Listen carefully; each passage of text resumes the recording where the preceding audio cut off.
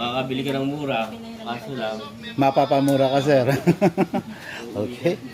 Pasok po. Kasa. Dito po.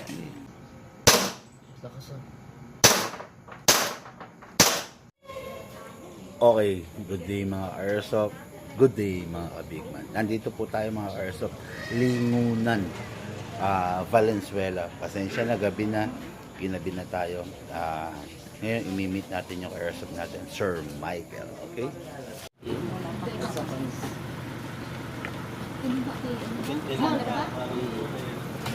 Yan sir, ito Glock. Ito, ano po ito, mga 1911 pero with the twist of 2011. Ito po yung mga 2011, yung malalakas natin.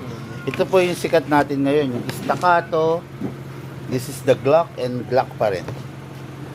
Dati tayo yan. Makakabili ka mura, kaso nga lang. May malalaki. Yung parang yung nasa may... Asan ba yung Makakabili ka ng mura, kaso lang. Mapapamura ka sir.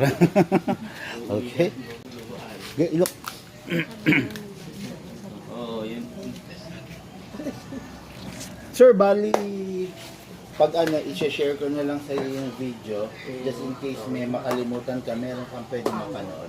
By the way, sir, again, Sir Michael. Michael, sir, no? Okay. Bali, unit ni Sir Michael, the staccato, the 2011 staccato, ang pinagkakaguluhan ngayon, no? So, masasabi ko sa ngayon, ito ang Diyos ng 2011, no?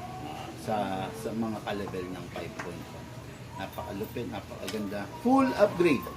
Fixed outer barrel, fine tuning, trigger job, hammer protection pad, naka-hop-up rubber at saka naka-enhanced big bore nozzle. Okay, start na natin. Sir, to release, by the way sir, kayo na po bahala mag-register via online.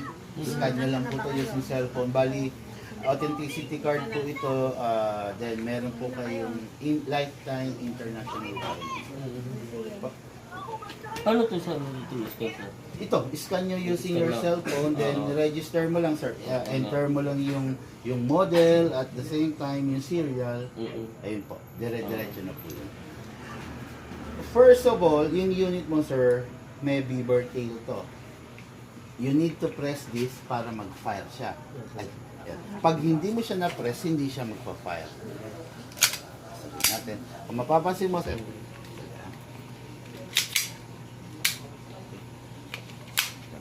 meron rin siyang, okay, meron pala, merong ambidextrous na safe, kung sakasakali, yan, i-access mo lang yan. Pag in-access mo yan, naka-safe, hindi mo siya ma-fire. Pag in-unsafe mo, mapa-fire na siya.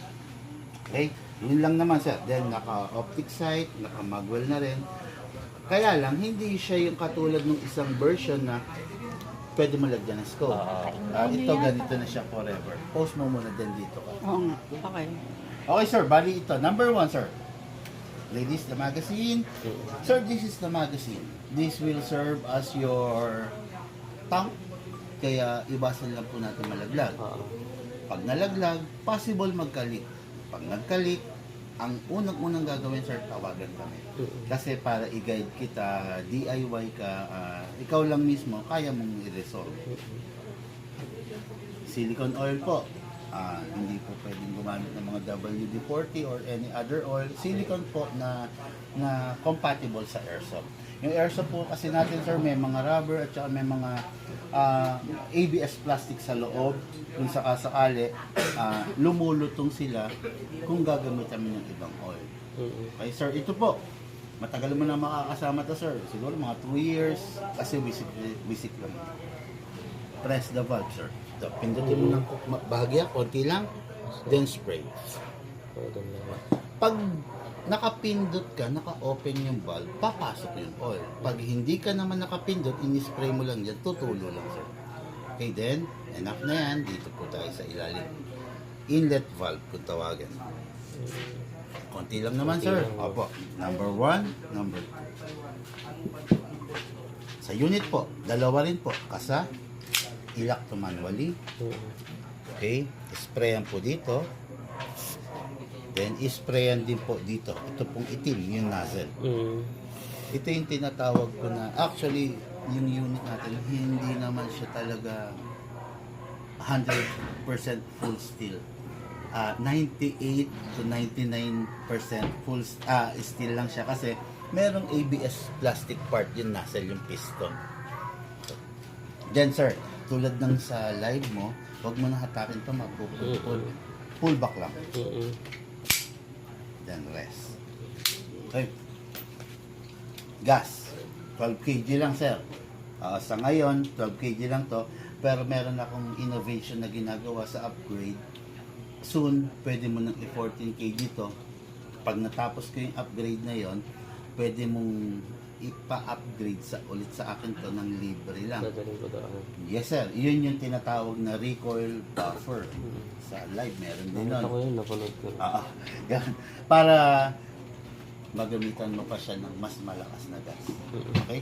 Tapos hatak lang. Sir, bali siya nga pala, yung airsoft natin, mas gusto niya pag mainit. Kaya yung gas mo, wag mong ilalagay sa lugar ng aircon. Kahit sa simpleng garahe lang, pwede na. Upside down po, wag pong pahiga or patayo. Kailangan po pataob. Centro sir, then press down. 2 seconds only kasi upgraded na to sir. 1, 2. Pag malamig ang panahon, yung gas natin tulog. Yun ang downside ng airsoft. Ang tawag po dito sir, speed loader. Sarado mo eh. Mas maganda po pag meron tayo nito kasi mas mabilis makakapaglagay. Pag wala, mano-mano po. Since meron tayo, hatakin po natin to. Diretso po. Then dito po ilalagay yung balo. Okay? Apo. Wag po dito, dito po. Dapat. Pump lang po. Dahan-dahan lang. Maximum rounds po is 27. Pero ang allowed lang is 20 to 23 dahil yung spring para hindi po mangalay. Yes, sir. Tapos, ang bala dapat, orientation left, right, left, right, left, right. Alternate. Sir. Okay? Yan na. Konti lang nilagay kong bala. 2, 4, 6, 8, 10, 12, 14, 15. Bahala ka sir. Pwede mo pandagdagan. Huwag mo lang isasagad. Yung 2 seconds na, ilang bala ang pwede ko? Actually sir, malamig kasi. Pero pag mainit, 60-70 rounds. Apo, dahil malamig, tulog ang gas. Pansinin mo, ang lamig ng gas. Diba? Pero pag normal na temperature na yan, 60-70 rounds yung 2 seconds. Pasok po. Kasa. Ready to fire. Okay. Firing. Lakas ah.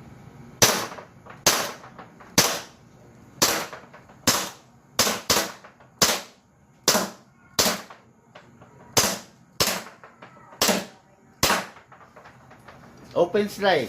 Kasi walang bala. Release the magazine, then release the slide, then rest. Matawag yun, medyo matigas lang ito. Siyempre, bago. Oo. Yes, sir. At saka, pag medyo yung spring niyan, sir. At saka, kung natitigas ang ka, pwede mong i-adjust. Kung nahahabang ka sa slap niya. Tama. Saan ba pwede niya? Ito, sir. Ayun. Yes, sir. Adjustable trigger na yan. Para umiksi yung slap niya. Kung baka kasi din sa, masanay ka sa umiksi yung slap. Anyway, yung unit, sir, lifetime warranty. Pag nagka-problema, pwede ipalalamove, pwede ipa-shipping, pwede rin pong dalhin sa amin. Malapit lang naman. Yes sir, malapit lang naman kayo. Tapos, sanay ka naman sa baril. Alam mo na yung rules regarding gun ban, sir, ha? Toy siya, pero during the gun ban, still replica pa rin po kasi siya eh. Yan lang naman po, wala na. Maraming salamat, Sir Michael. Thank you. Sir, meron kayo